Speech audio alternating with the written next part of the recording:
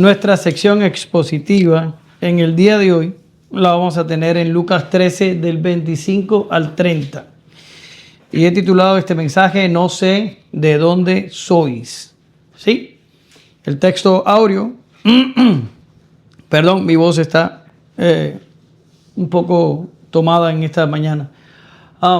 Está el texto áureo en en Mateo 7, 21 al 23, ¿ok? Y vamos a estar leyendo Reina Valera del 60. Y dice así: no todo el que me dice, Señor, Señor, entrará en el reino de los cielos, sino el que hace la voluntad de mi Padre que está en los cielos. Muchos me dirán en aquel día, Señor, Señor, ¿no profetizamos en tu nombre y en tu nombre echamos fuera demonios y en tu nombre hicimos muchos milagros? Y entonces les declararé, nunca os conocí, apartaos de mí, hacedores de maldad. Te damos gracias, Señor, en esta mañana por tu pueblo, que se reúne para alabarte, para santificarte, para exaltarte, para adorarte y para escuchar tu palabra. Hoy nos toca una sección difícil de tu escritura, Señor. Sabes que me ha costado días de preparación para poder llegar aquí. Te pedimos que esta palabra pueda alimentar a tus hijos, Señor, y hacernos crecer, madurar, Señor, y anhelar cada día de tu palabra, cada día de tu enseñanza. Y sobre todo que el Espíritu Santo nos ayude a poner todas las cosas que podamos aprender y aplicar de esta escritura en práctica. En el nombre de Jesús oramos, te damos gracias. Amén. Gracias, Señor. Bien. En nuestro último encuentro vimos la enseñanza de la puerta angosta. Ese fue el día que muchos faltaron, ¿verdad? Sí. Creo que Diana y Alex fueron los únicos que oyeron. No vieron el mensaje tampoco en YouTube. Van a tener un poco de dificultad para entender todo, pero ahí está todo online para que puedan verlo cuando quieran. En nuestro último encuentro vimos la enseñanza de la puerta angosta. Realmente, si hubiera podido escoger, hubiera tenido la enseñanza de la puerta angosta y esta enseñanza juntas, creo que hubiera sido mejor, y no separarlas por espacio de 15 días, porque más bien viene junto en la escritura, o sea, es una sola idea, es un solo contexto, es todo una misma cosa. Sin embargo, por cuestiones de tiempo, no me daba tiempo en una hora poder meter todo allí y tuve que separarla la vez pasada, la puerta angosta. Hoy vamos a estar viendo la parábola de el padre de familia que cierra la puerta. Es un título bastante largo, pero no sabía cómo llamarla de ninguna manera. Pero bueno, en la clase de la puerta angosta aprendimos que todo comienza con una pregunta que alguien le hace al Señor. ¿Alguien se acuerda de los que vinieron?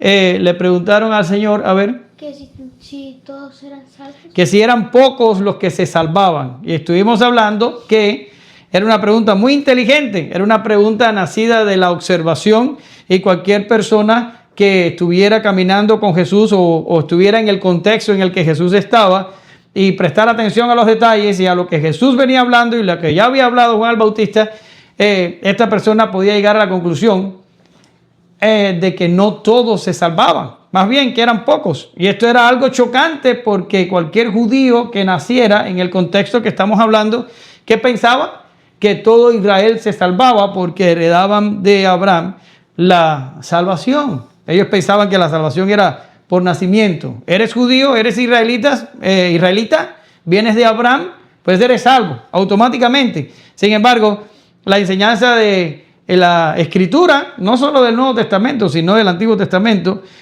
mostraba que no todos en Israel iban a alcanzar estas promesas. ¿Sí? Eso lo vimos la clase pasada. Y estuvimos viendo que Jesús da una respuesta en forma de metáfora. No es una parábola. No podemos decir la parábola de la puerta angosta. No tiene la estructura de parábola. Es más bien una metáfora. Y Jesús da la metáfora de la puerta angosta y dice, esforzados por entrar por la puerta angosta, y advierte que pocos son los que van a entrar por ella. ¿Sí? Estuvimos viendo qué significa entrar por la puerta angosta y categóricamente afirmamos que la puerta no es la salvación, ni tampoco lo es el camino, que la salvación ocurre antes, o más bien la conversión, y todo transcurre a partir de ahí. Si quieren más información, tienen que ir al mensaje. Por tanto, esto fue todo lo que vimos en la clase pasada, como dicen por ahí, a vuelo de pájaro, para poder tener un tiempo suficiente para poder explicar lo de hoy, ¿sí? Hoy continuaremos con esto mismo, que está unido a la puerta angosta, y yo lo llamé la parábola del padre de familia que cierra la puerta. Realmente la sección de hoy le añade un elemento nuevo a la metáfora anterior. Vamos a estar hablando de eso enseguida, y básicamente vamos a estar hablando de misericordia, pero también de juicio. Hablaremos de camino angosto que termina en banquete y de camino espacioso que termina en sufrimiento. Terminaremos con una mención a la inclusión gentil, que es un tema central en Lucas. Perdón. Bien, el contenido tiene dos encabezados. Número 1, no sé de dónde sois, del 25 al 27. Y el encabezado 2, hay postreros que serán primeros, del 28 al 30. Éyele.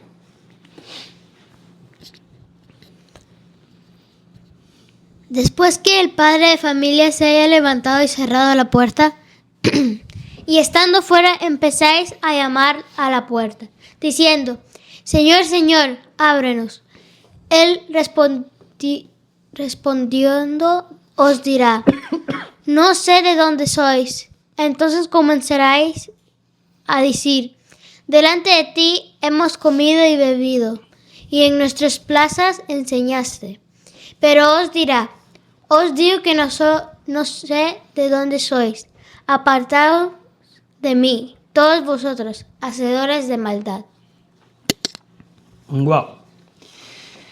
Bien, vamos a ir un momentico a relacionar todo esto con el contexto anterior, y vamos a estar hablando de su relación con la puerta angosta.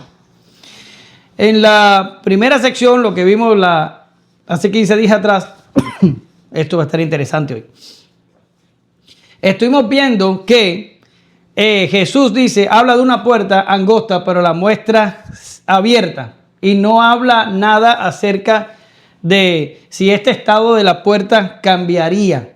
Sin embargo, inmediatamente, dicho la metáfora de la puerta angosta, el Señor habla de que hay un padre de familia que se levanta, en el griego dice es levantado, está en voz pasiva, y cierra la puerta, ¿ya?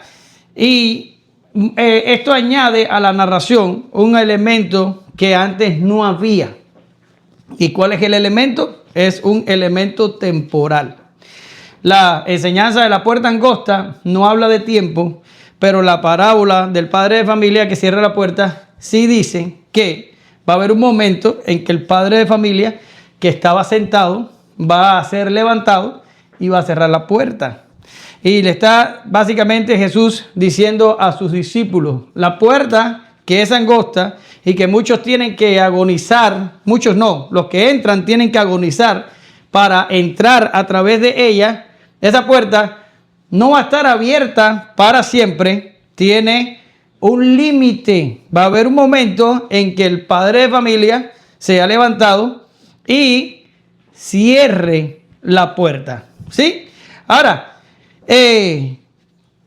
esto advierte a nosotros que la paciencia de Dios tiene un límite. Esto nos está diciendo a nosotros, o no va bien a nosotros, le está diciendo a la generación que está escuchando a Jesús, a los que están escuchando la explicación de son pocos los que se salvan. Esa gente están oyendo que la puerta no va a estar abierta todo el tiempo. La puerta se va a cerrar. La paciencia de Dios es limitada. La misericordia de Dios va a ser terminada, va a ser, tiene como una fecha de expiración, ¿ya? Y para el caso de estas personas que están oyendo las palabras de Jesús, ya lo hemos visto antes, la fecha de expiración es ¿cuándo? es el año 70 después de Cristo. Y esto relaciona la enseñanza que estamos viendo ahora con el carácter de urgencia que hemos visto a Jesús por todo este tiempo de su regreso a Jerusalén, de que manda a la gente a entrar al reino, a aprovechar que ahora hay la oportunidad, que se tienen que arrepentir, si no todos van a perecer. La predicación de Juan el Bautista era una predicación de un juicio inminente, y vemos que toda esta urgencia que ellos han venido, más bien el Bautista en su ministerio que terminó, y ahora Jesús en su ministerio que está a unos meses de terminar también, están llevando al pueblo al entendimiento de que la misericordia de Dios está a punto de terminarse. Esto vamos a volverlo a tratar cuando ustedes vuelvan a verme, que vamos a oír del lamento de Jesús sobre Jerusalén. ¿Sí? Por tanto, todos estos mensajes están ideados para mostrarle a la generación de Jesús que el tiempo ya está a punto de vencerse. Y la parábola muestra a un padre de familia que es levantado y que cierra la puerta, la cierra, ¿ya? Por tanto, los que estaban pensando entrar, ya no pueden entrar. Los que pensaban que estaban dentro, se acaban de dar cuenta que están afuera, y cuando tratan de entrar, pues tampoco van a poder entrar. La puerta está irremisiblemente cerrada. Y esto no es una cosa extraña en la Escritura, pues lo vemos a todo lo largo de la revelación. Si usted va a los tiempos de Noé, una vez que el Señor cerró la puerta, vino el diluvio y se los llevó a todos. Ahí están las citas, se las puse en la pizarra. Disculpen que no vamos a ir a leerlas porque no me sería muy largo el mensaje. Génesis 7:16. Una vez que el Señor cerró la puerta del arca, el diluvio vino y se llevó a los que estaban fuera. Es la misma situación. Y es lo mismo que le pasó a los habitantes de Sodoma en Génesis 19, del 24 al 25, que una vez que empezó el amanecer, el juicio cayó sobre la ciudad, los ángeles tuvieron que apresurar al sobrino de Abraham, Lot, para que saliera de la ciudad, porque la ciudad iba a ser destruida, tenía un tiempo de expiración. Y lo mismo pudiéramos hablar de los habitantes de Canaán. Cuando Dios hace el pacto con Abraham, ¿cuántos años de misericordia le quedaba a los habitantes de Canaán? ¿Alguien sabe? ¿Alguien se acuerda? Génesis 15:16. Dios le dice a Abraham que a esta gente, a los cananitas, le quedan 400 años para arrepentirse. Luego de eso, el pecado de estas naciones habría alcanzado el trono de Dios. ¿Qué quiere decir esto? Le colmó la paciencia al Señor y entonces entraría en efecto la conquista, que el propósito de Dios era una guerra santa que mataría a todos los habitantes de estas naciones. Josué 10:40, lo pueden buscar después. Y los israelitas que habían salido de Egipto, tomarían y habitarían la tierra.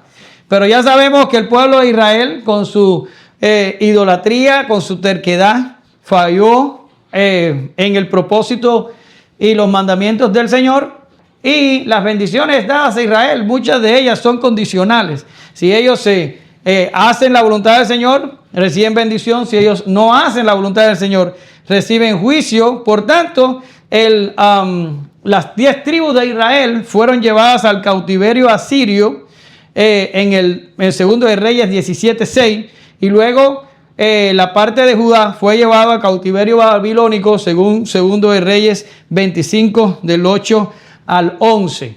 Ya sabemos que de las tribus de Israel casi nadie regresó del cautiverio asirio, se mezclaron culturalmente y genéticamente con otros pueblos, pero los de Judá sí regresaron, reconstruyeron el muro, reconstruyeron el templo, reconstruyeron la nación, pero para el tiempo de Jesús ya se habían vuelto a alejar de la verdadera religión y del Dios verdadero, podemos decirlo así.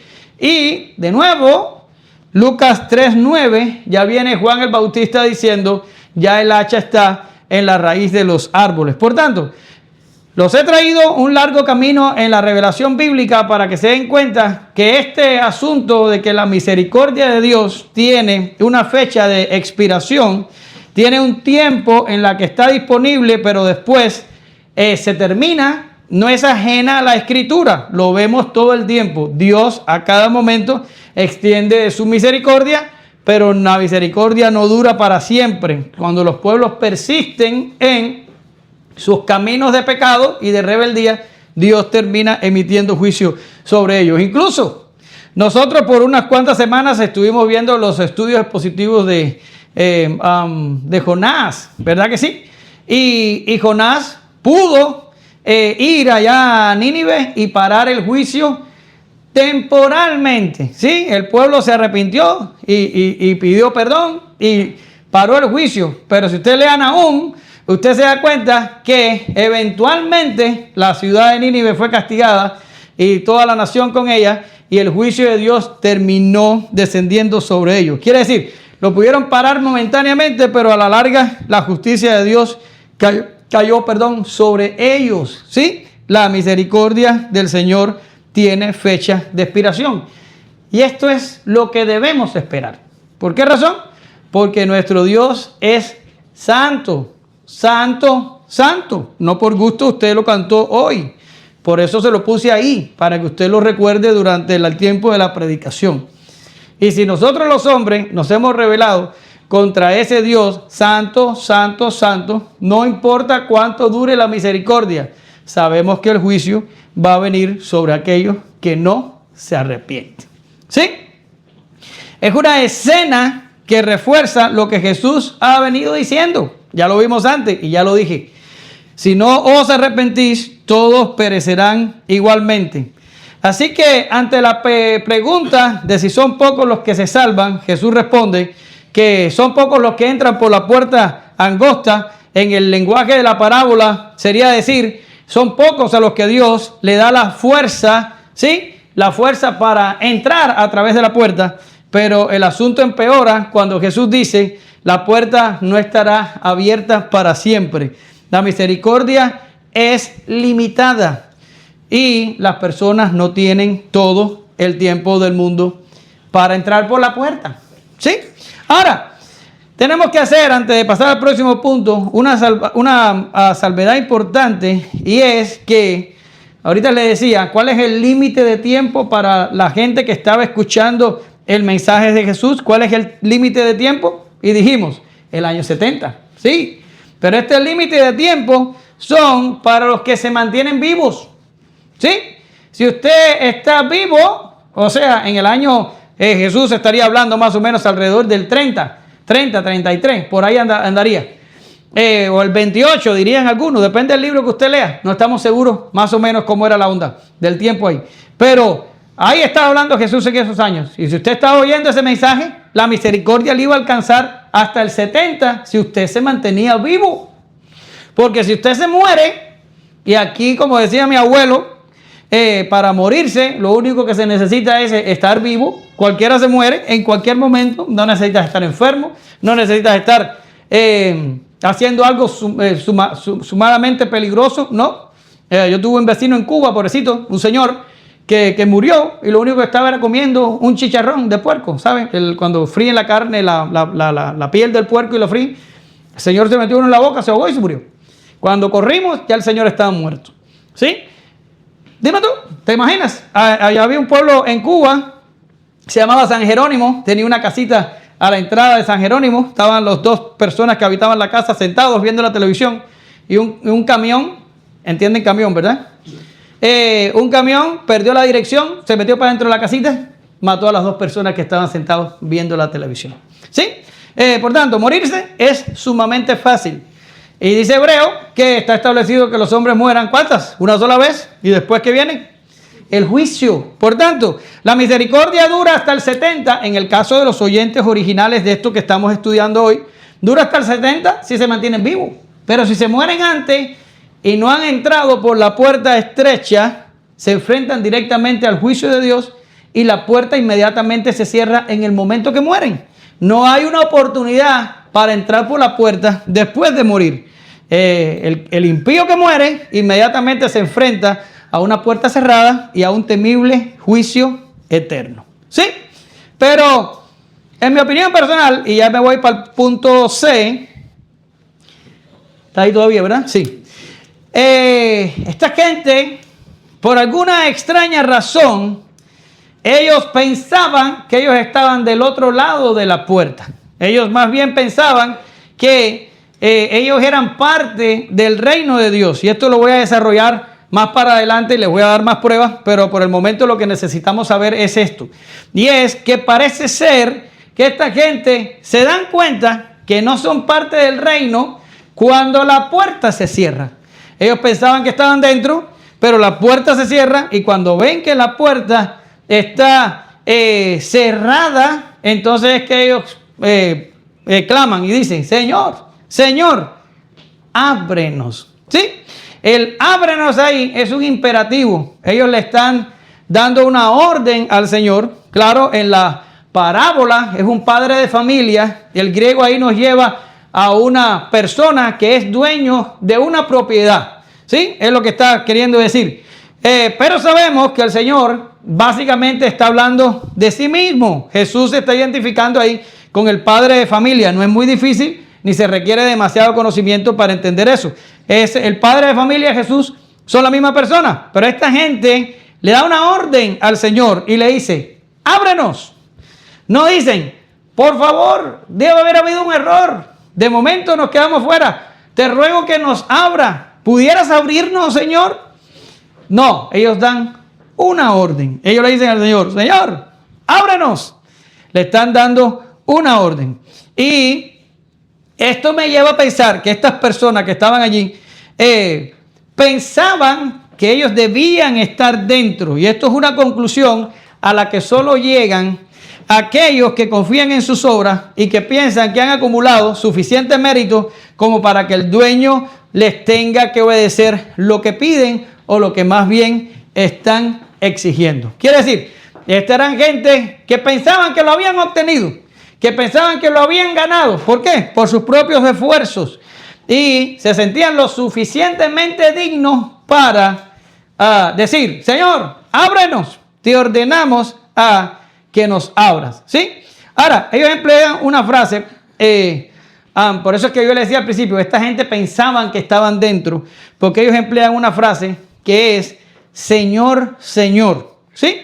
Y cuando nosotros vemos en la Escritura el nombre de alguien repetido así, Señor, Señor, los que saben un poco de estas cosas dicen que esto indica intimidad, familiaridad y posiblemente intenta indicar la importancia crítica del momento. Quiere decir, si en la Escritura alguien llama 2 veces a alguien por su nombre, significa o que tienen una relación de familiaridad, ¿sí? O que lo que le va a decir es algo de vital importancia, es algo crítico para el momento en que la persona está transcurriendo, ¿sí?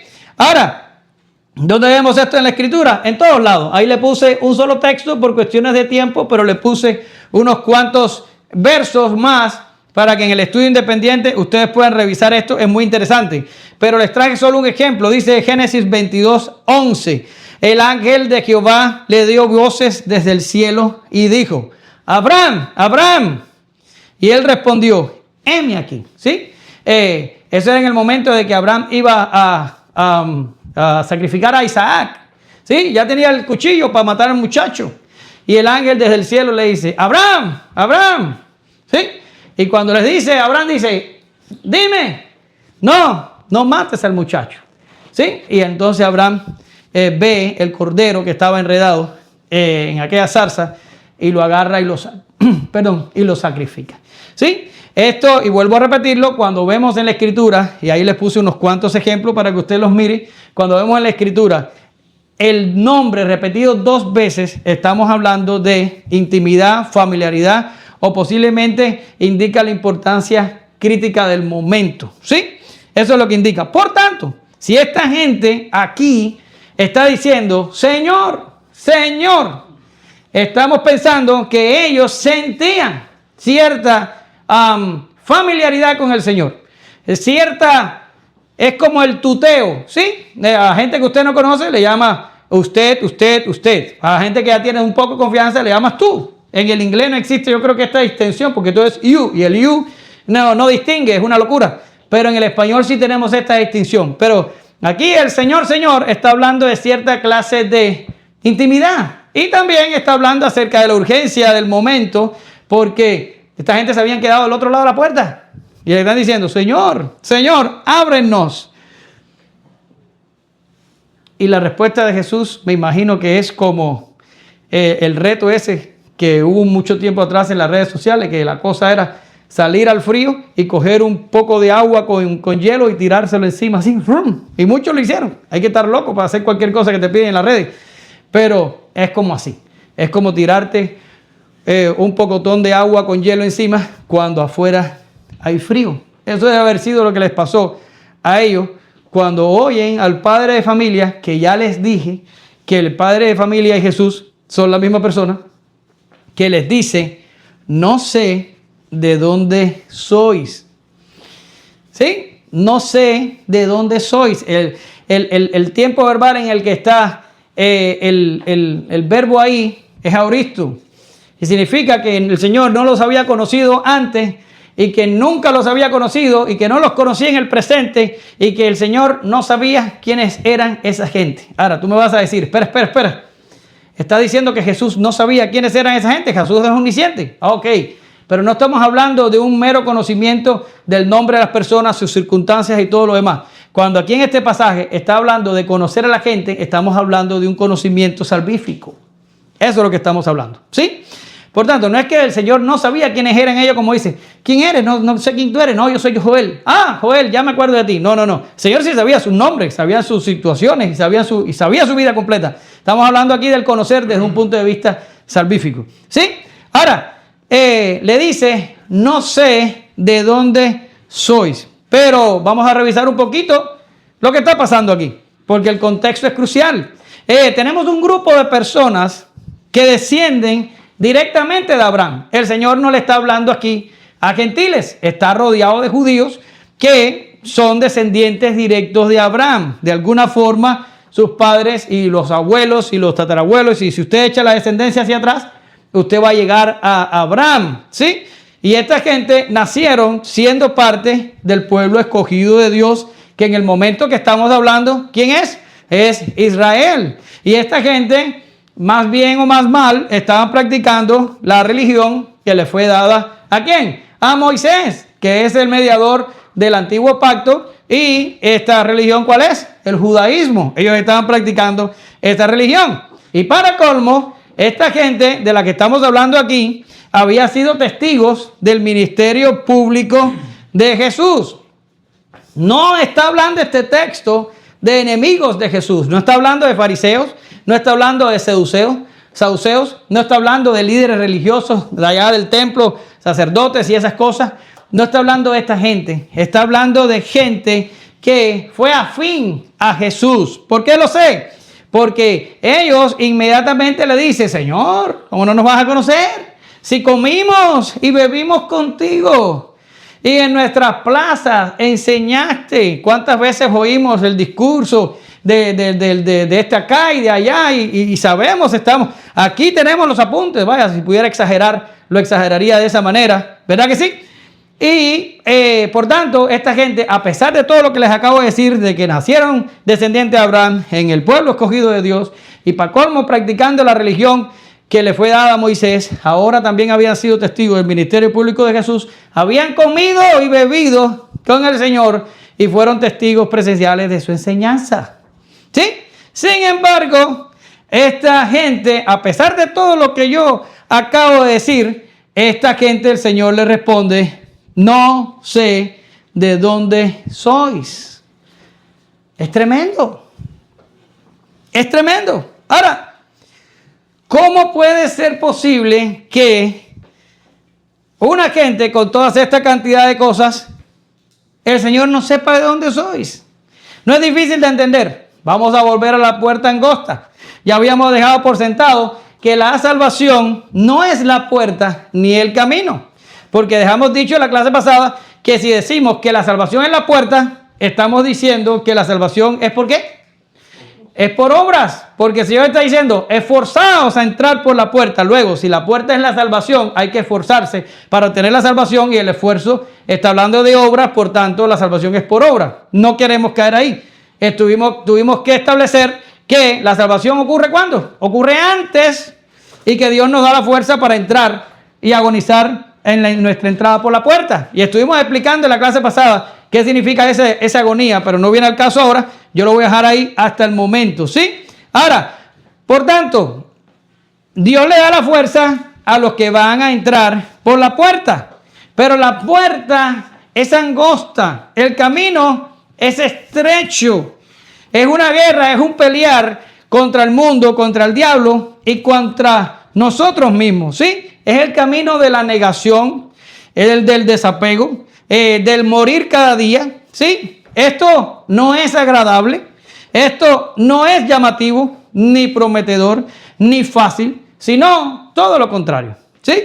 Y eso usted lo puede ver en nuestra actualidad, lo puede ver comparando las iglesias bíblicas y las iglesias no bíblicas, ¿sí? Generalmente las iglesias bíblicas son chiquitas, hay poca membresía, hay mucho movimiento de personas, la gente entra y la gente rebota, la gente entra y la gente rebota. ¿Por qué razón? Pues no están buscando el camino angosto, ni el estrecho, ni el sufrimiento, ni la negación, ni el morir cada día, ni la santificación, ni el arrepentimiento, ni la santidad. Nada de eso están buscando. ¿Qué están buscando? Lo que encuentran en las iglesias no bíblicas. ¿Qué cosa? La prosperidad, el dinero, la bendición, el ser hijo de reyes y el no sé qué, y todo lo que se les promete terrenal para tener una vida espaciosa y ancha en ese camino diferente al que Jesús estableció para aquellos que han sido salvados. ¿Se dan cuenta? Por tanto, esta gente de la que está hablando este pasaje, de la que está hablando, que le dicen, Señor, Señor, ¿entraron por la puerta? Definitivamente no. ¿Qué hicieron ellos? Ellos hicieron lo que hacen muchos hoy en la actualidad. Ellos deconstruyen la religión y hacen una propia. ¿Qué significa deconstruir?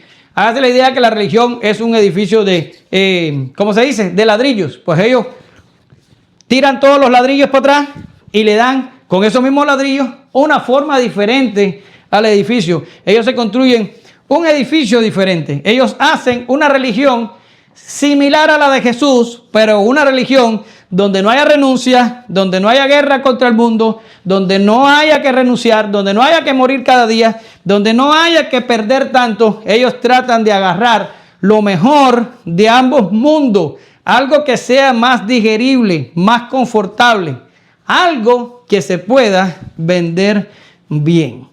Y cuando están ahí en ese engaño, piensan que son partes del reino. ¿Se da cuenta que dice, Señor, Señor?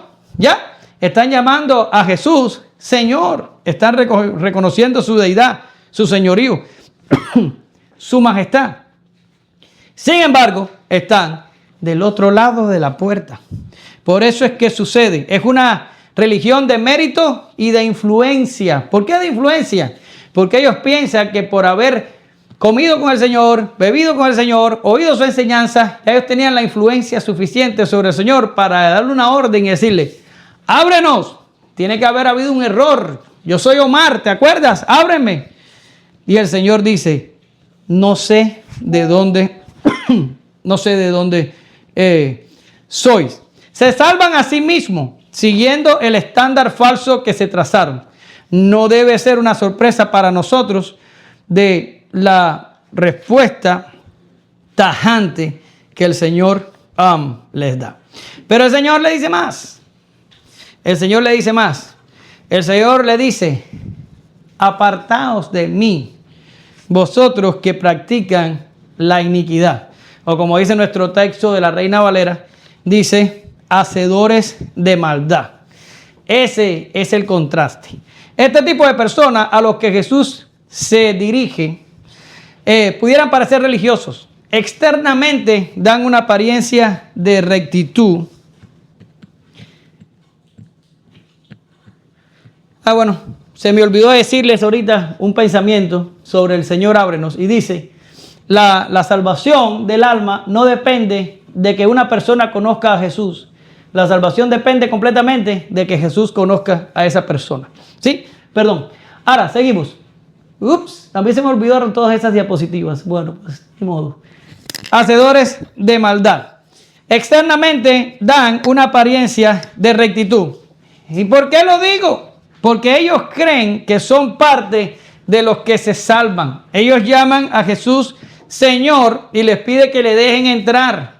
Pablo los llama que tienen apariencia de piedad.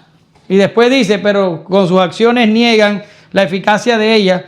En estos días, otros les llaman ateos prácticos. Oí un excelente mensaje de un predicador que tiene una iglesia en, creo que Guadalajara.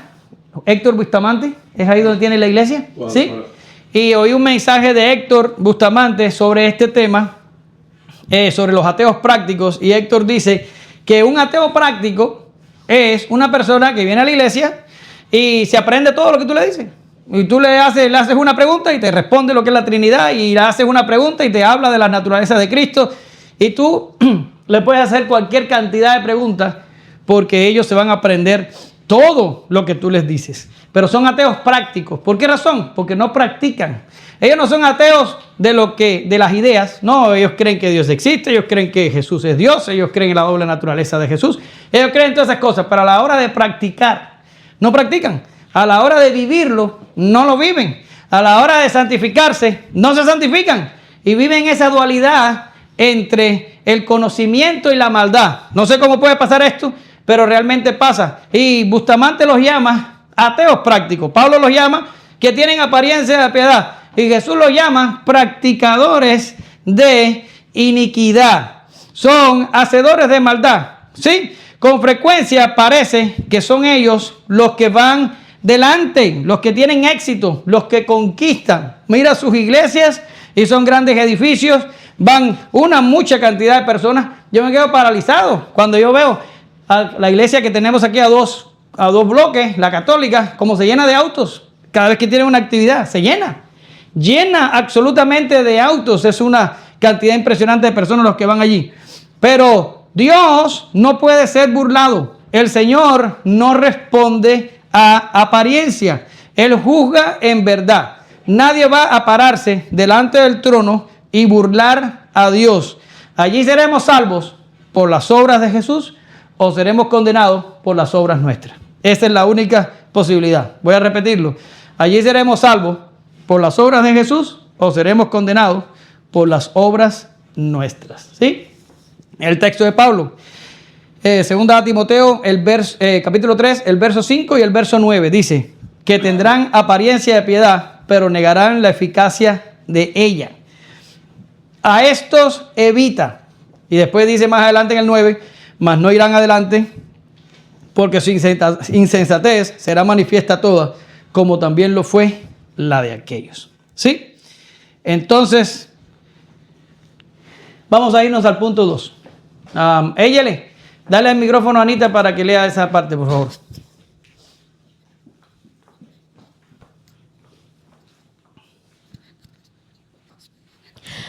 Allí será el llanto y el crujir de dientes, cuando veáis a Abraham, a Isaac, a Jacob y a todos los profetas en el reino de Dios, y vosotros estéis excluidos. Porque vendrán del oriente y del occidente, del norte y del sur, y se sentarán a la mesa en el reino de Dios. Y he aquí, hay postreros que serán primeros y primeros que serán postreros. Muy bien. Tremendo. Llanto y crujir de dientes. Esto es lo que les espera a aquellos que no pasaron por la puerta, que no caminaron por el camino estrecho. Estas palabras son fuertes y sin ánimo de ser exhaustivo, la frase refleja una profunda tristeza y pérdida de esperanza, posiblemente combinado con ira y frustración. Oí un mensaje del Dr. Sproul hace unos años atrás, donde él habla de esto, y él interpreta este pasaje como que hay un grupo de personas que van a llorar, y hay un grupo de personas que van a crujir los dientes. Él no lo ve como una acción combinada. Él cree que va a haber un grupo que va a llorar y que va a haber otro grupo que va a crujir dientes, ¿sí?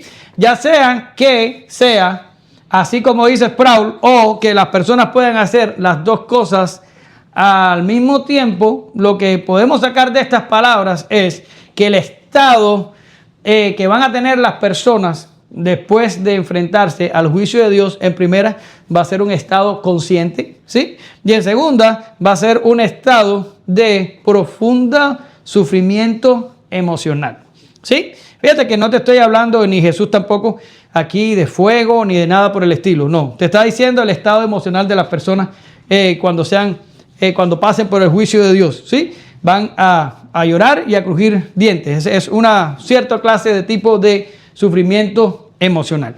Ahora, ¿cómo muestra el Señor a estos practicadores de maldad, a estos actuadores de iniquidad? ¿Cómo los muestra? Él dice, vosotros serán excluidos. Y como estamos en un contexto puramente judío, Él le dice, ustedes van a mirar y van a ver a Abraham, ¿sí? Y van a ver a Jacob y a Isaac, y vas a ver a los profetas, los vas a ver allí a todos en el reino, ¿verdad? ¿Por qué digo que el contexto es puramente judío? Porque un gentil como nosotros mira y dice, pues, ¿ellos quiénes serán? Ah, Abraham y Jacob y Isaac. Ah, mira, qué bien. Pero esta gente que está oyendo a Jesús estaban conectados sanguíneamente con esta gente. Descendían directamente de ellos, y cuando los vean y se vean excluidos es donde va a venir el llorar y el crujir de dientes. Y Jesús también menciona a los profetas, que son la base de la revelación del Antiguo Testamento. Y estos profetas, ¿cómo terminaron la mayoría? Ustedes lo saben y yo también lo sé.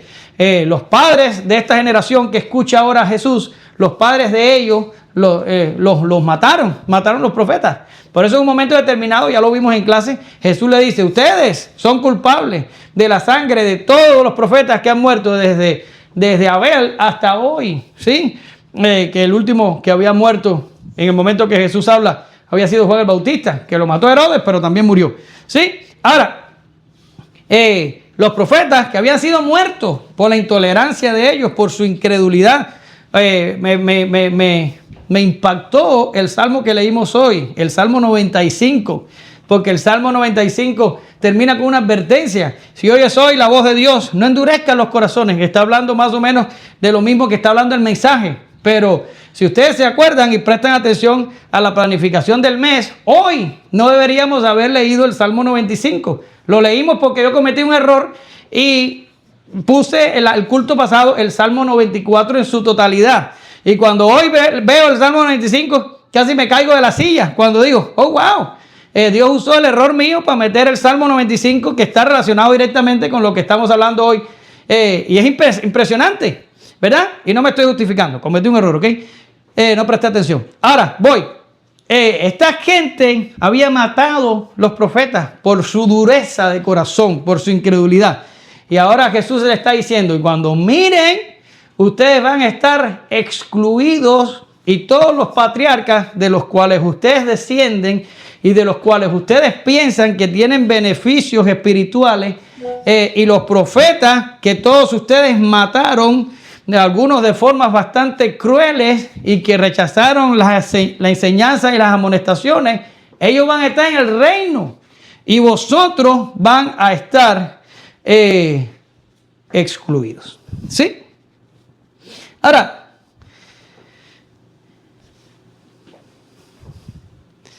si el nacer con privilegios y el conocer la palabra de Dios y el presenciar señales no hace la diferencia, ¿qué lo hace?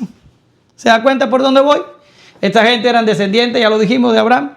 Esta gente habían sido expuestos a la predicación de los profetas. Esta gente habían sido expuestos y habían presenciado señales que nosotros nunca hemos visto, ¿sí? Y una y otra vez el pueblo de Israel lo vemos como se extravía y se extravía y se extravía, y solo unos pocos se salvan. Y la pregunta es válida. Si el nacer con privilegio y el conocer la palabra de Dios y el presenciar señales no hace la diferencia, entonces, ¿qué hace una diferencia?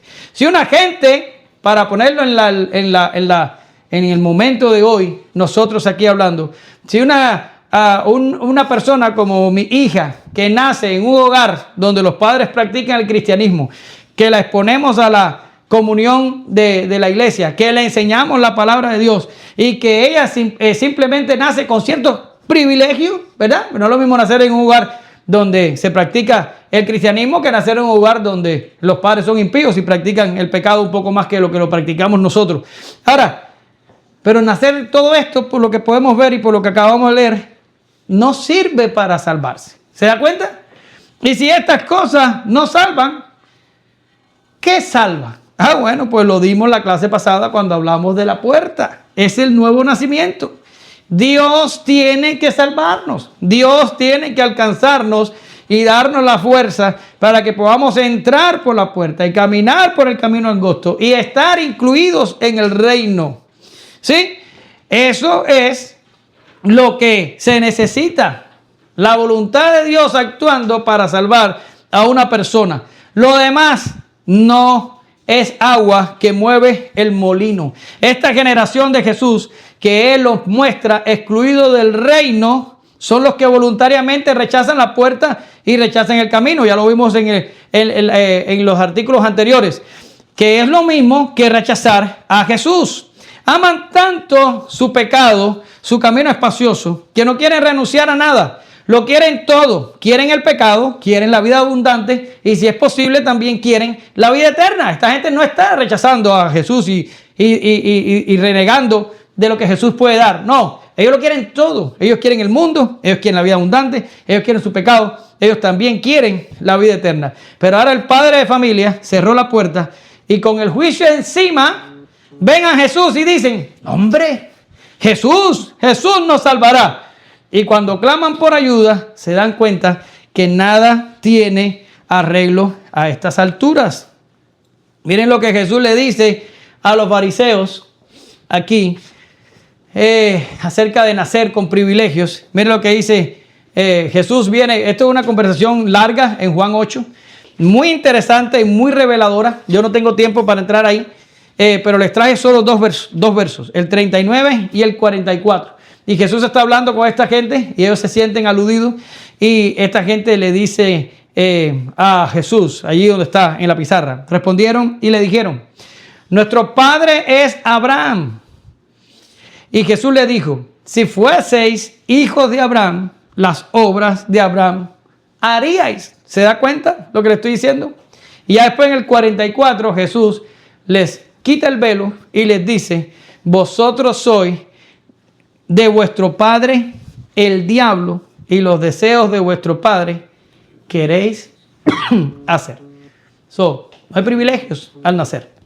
Puedes nacer en un hogar cristiano, puedes saberte la palabra de Dios de punta a cabo, puedes ser lo que tú quieras, pero tienes que nacer de nuevo. Si Dios no te hace nacer de nuevo, vas a estar del otro lado de la puerta. Y peor, no estás del otro lado de la puerta porque Dios te ponga del otro lado de la puerta. Tú, con tu pecado y con tu hipocresía, te pones del otro lado de la puerta. Dios no te pone ahí, tú te pones. ¿Sí? Ahora, se sentarán a la mesa. ¿Quiénes? Bueno, pues los patriarcas y los profetas se sentarán a la mesa. En esta parábola, los hijos de Dios, los verdaderos descendientes de Abraham, parece ser que les espera un banquete cuando todos hayamos alcanzado, ¿cómo decir? El final de nuestro peregrinaje, ¿sí? Nos espera un banquete y nos espera una celebración. ¿Y qué estarán celebrando? Me pregunto yo. Bueno, desde luego que no van a estar celebrando sus propios méritos ni sus propias obras. Y esto es lo maravilloso de nuestra teología, que todo encaja perfectamente hasta llevarnos, cada uno de nuestros pequeños eventos nos lleva a la gloria de Dios. Ellos saben, y ellos son los patriarcas y los profetas, pero ellos somos nosotros, que cuando estemos allí en el banquete, nosotros sabemos que pudimos entrar por la puerta porque Dios nos dio la fuerza para entrar por la puerta. Si hubiera dependido de mí, jamás yo hubiera corrido a esa puerta tan lejos como yo hubiera podido. Pero nosotros y ellos sabemos que fue por gracia. Y como sabemos que es por gracia y no por mérito, allí no va a haber un ápice de que podamos decir, jaja, llegué, lo alcancé. No, no, no. Allí todos vamos a darle la gloria a Dios y en ese banquete vamos a celebrar su nombre, su gracia, su majestad. Esa es la cúspide de esta enseñanza del padre de familia que cierra la puerta. Los que son hijos y los que están incluidos celebrarán la gloria de Dios en ese banquete. Todos los que estén a la mesa celebrarán a Dios. Si hubiera dependido de nosotros, jamás hubiéramos llegado allí. ¿Sí? Ya casi acabo. Los postreros serán primeros. Una hermosa mención de la inclusión gentil. Y Jesús la pone aquí al final de la parábola. Y él dice, ya, y he aquí, hay postreros que serán primeros y hay primeros que serán postreros. Jesús termina con broche de oro. Pues pudiera parecer a primera vista que los planes de Dios fracasan cuando su propio pueblo es excluido de su reino. Pero nada está más lejos de la verdad, pues Dios aprovecha el rechazo de Israel para salvar gentiles. Y aquellos que parecían postreros vienen a ser primeros. Y aquellos que despreciaban a los gentiles, pensando que eran primeros, vienen a ser postreros. Pero ni aun los gentiles ahora, nosotros, podemos creernos primero. ¿Por qué? Porque dice Pablo en Romanos 11 que Dios va a seguir salvando judíos escogidos por gracia por medio de Cristo. Quiere decir, hoy en día todavía se están salvando judíos por la gracia de Dios y por medio de Cristo. Y Dios está haciendo de dos pueblos, está haciendo un pueblo, ¿sí? Para su gloria. Esto es algo que provoca una alabanza de Pablo a Dios que sin duda todos los escogidos haremos cuando estemos a la mesa con Jesús. Está aquí. Oh, profundidad de las riquezas y de la sabiduría y de la ciencia de Dios. Cuán insondables son tus juicios y cuán escrutables tus caminos. Porque ¿quién entendió la mente del Señor? ¿O quién fue su consejero? ¿O quién le dio al primero para que le fuese recompensado? Porque de Él y para Él son todas las cosas. A Él sea la gloria por los siglos. Amén. ¿Sí? Pudiera parecer eso un fracaso de Dios cuando hayan judíos excluidos, cuando hayan judíos mirando a los patriarcas y a los profetas en el reino y ellos estar fuera. Pero dice el propio Pablo de que esto Dios lo usa para salvarnos a nosotros, ¿sí? Y a la par de que nos está salvando a nosotros, provoca celos a aquellos judíos que han sido escogidos, aquellos que son parte del remanente. Ustedes pueden buscar una explicación mejor que la mía en Romanos 9, 10 y 11 y ahí lo van a entender perfectamente.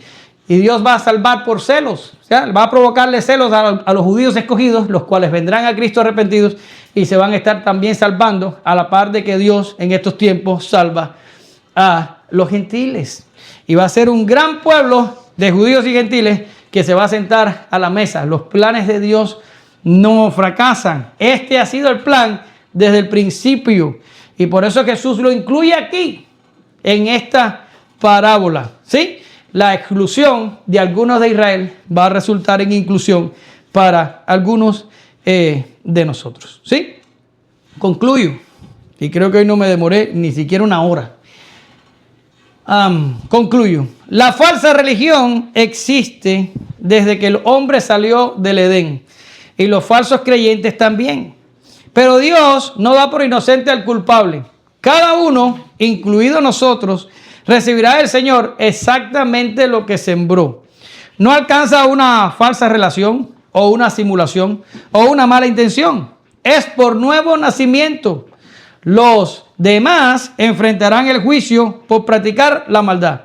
Ahora parece que no, porque todavía la puerta de misericordia está abierta, pero no será así para siempre. La puerta se cerrará, como ha pasado en otros momentos de la historia.